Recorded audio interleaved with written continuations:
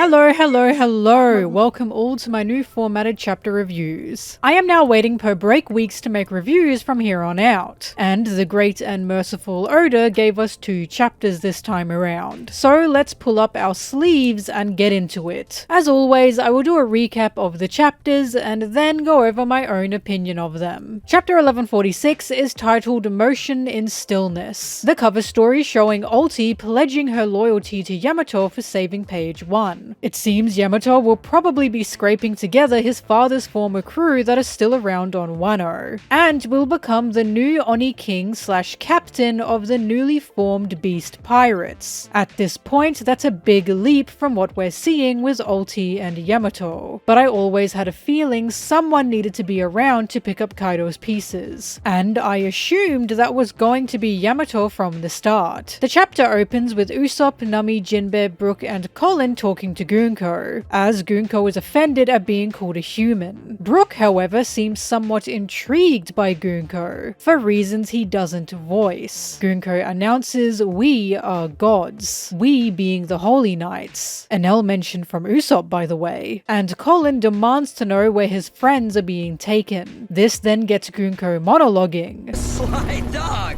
you got me monologuing! As Gunko tells the Straw Hats the giant children are being taken to the Holy Land.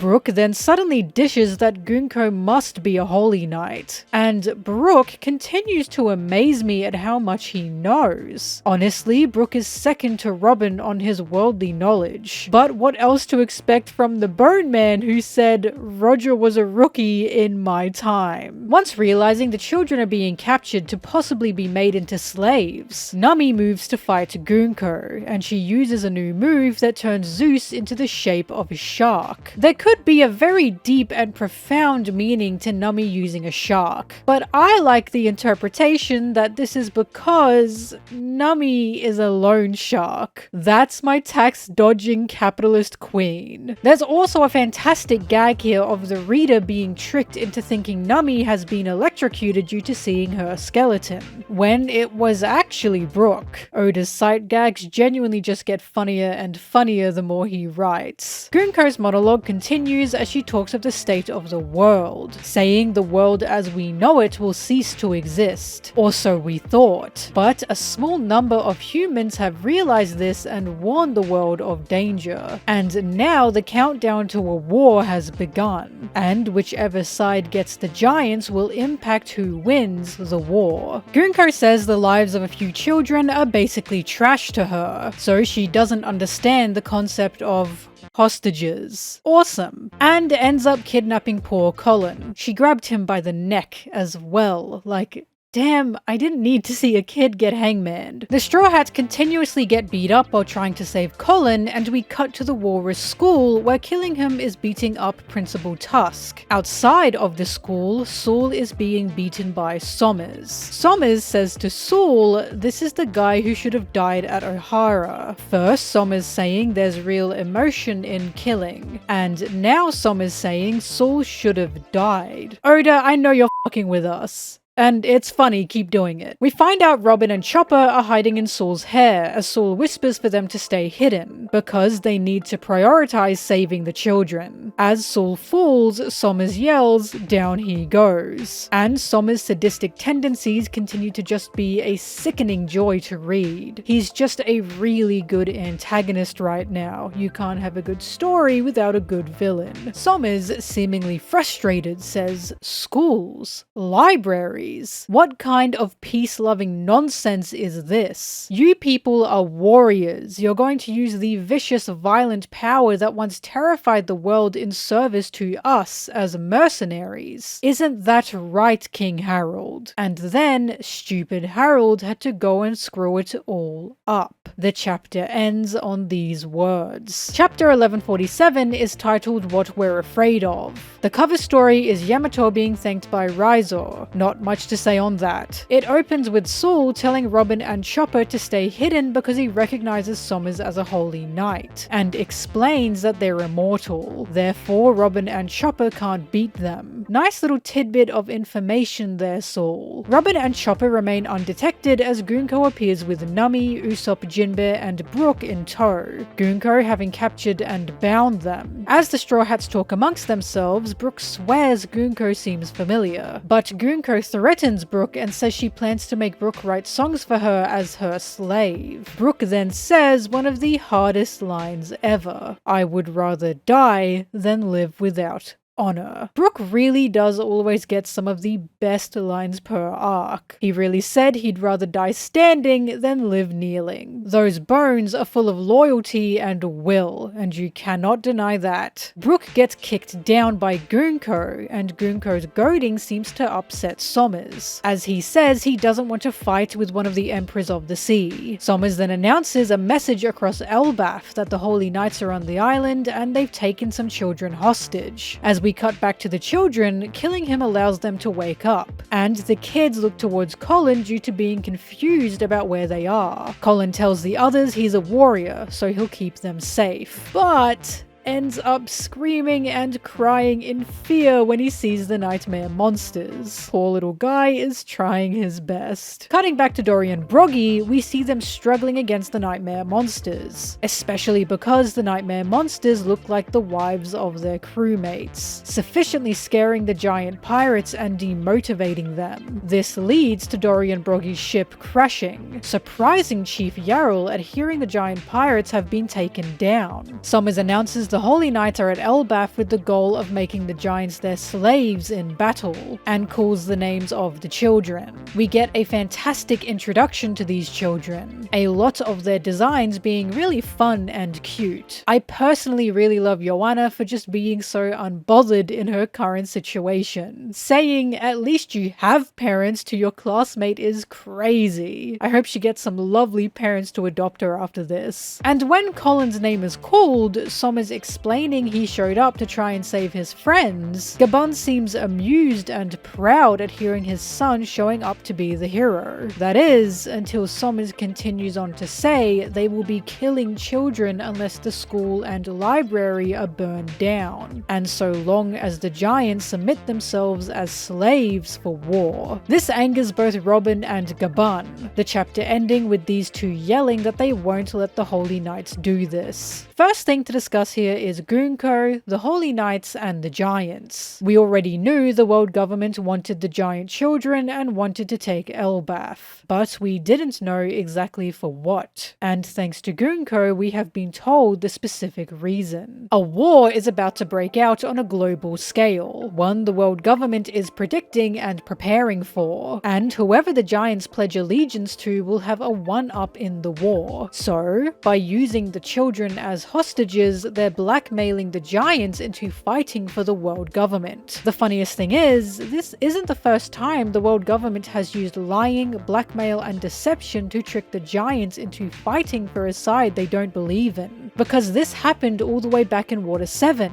with Oimo and Kashi, when they were told their captains had been held hostage, and to free them, they needed to serve under the world government. This is probably why Oimo and Kashi have just been mentioned again in chapter 1147, even though it was for the wife bit, to remind us that this is how the world government functions. Their agenda is so authoritarian, iron-fisted, and cruel that they need to trick people to work under them. Even Vegapunk suffered the same fate, working for the world government in ways he didn't agree with nor wanted because he was promised funding for a better future. But of course, that future was taken away from him with the destruction of Egghead. And this is also probably why Vegapunk has a connection with the giants. Education is a good thing. Progression is a good thing. Currently, both Vegapunk and the giants stand for this. Yet, due to world government intervention, they are being barred from ever being allowed to progress. Progression means education. Education means intelligence, and although none of us are immune to propaganda, intelligence means critical thinking, making it harder to force the masses to fall in line with the corrupt status quo. As Sommers said, your school is completely useless in war, because how are you meant to make cogs in a machine if these cogs can think for themselves? It's also possible this is why Loki had a special bounty on his head, and why the Holy Knights tried to persuade Loki to join them in the Holy Lands. Loki is, allegedly, a very powerful giant. No doubt he can turn the tides of war. However, with the world government preparing for war, we must question how long they've been preparing for it and just who they want to fight with them. It stands to reason the world government has known, and have been preparing for war for a long time. Hence the discovery and use of the ancient weapons, and study being done into weaponry through people like Mads and Vegapunk. In Kaido's backstory, we also know Kaido was going to be used as a political trading tool, nearly forcefully drafting him as a soldier for the Celestial Dragons. Once again, now we know why. This power the world government's been gathering hasn't just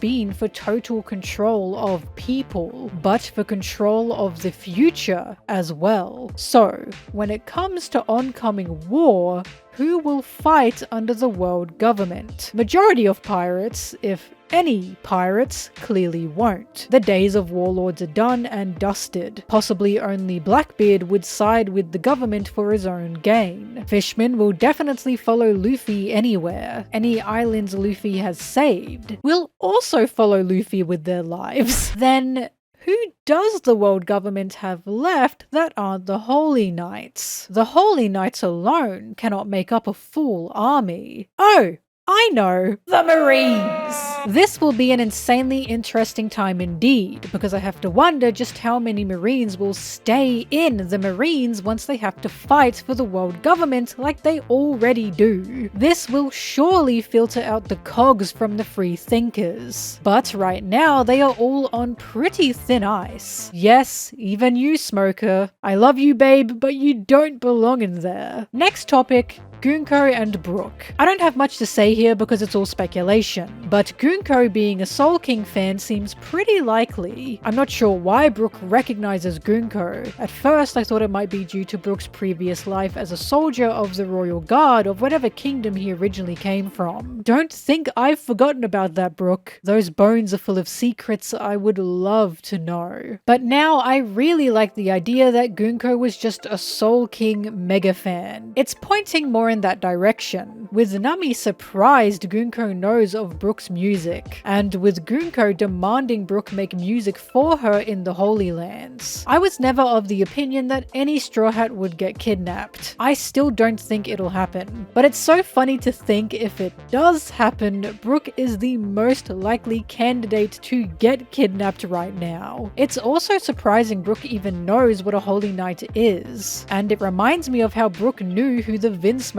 were too. As I said, there's a lot of secrets in those bones. Brook just seems incredibly worldly, and I guess that comes with him nearly being 100 years old. Speaking of the Holy Knights, Saul said they are immortal. I believe he means this literally and not figuratively. I don't think Saul is telling Robin that they are just that strong. I think he's saying they don't actually die. It's made a bit more on the nose when Usopp calls Gunko a zombie girl after they saw her body regenerate on Colin's little ship. I have no idea how they're immortal, but I have a sneaking suspicion it's due to Imu. We already saw Imu is connected to the Elders, and the Elders used the same portal as the Holy Knights to get to Elbaf. We also know you need a mark to be able to travel through these portals, and it's very possible it's a mark that Imu can give someone. So, in the same way Imu can keep the Elders alive, while also being able to kill them at a moment's notice, the same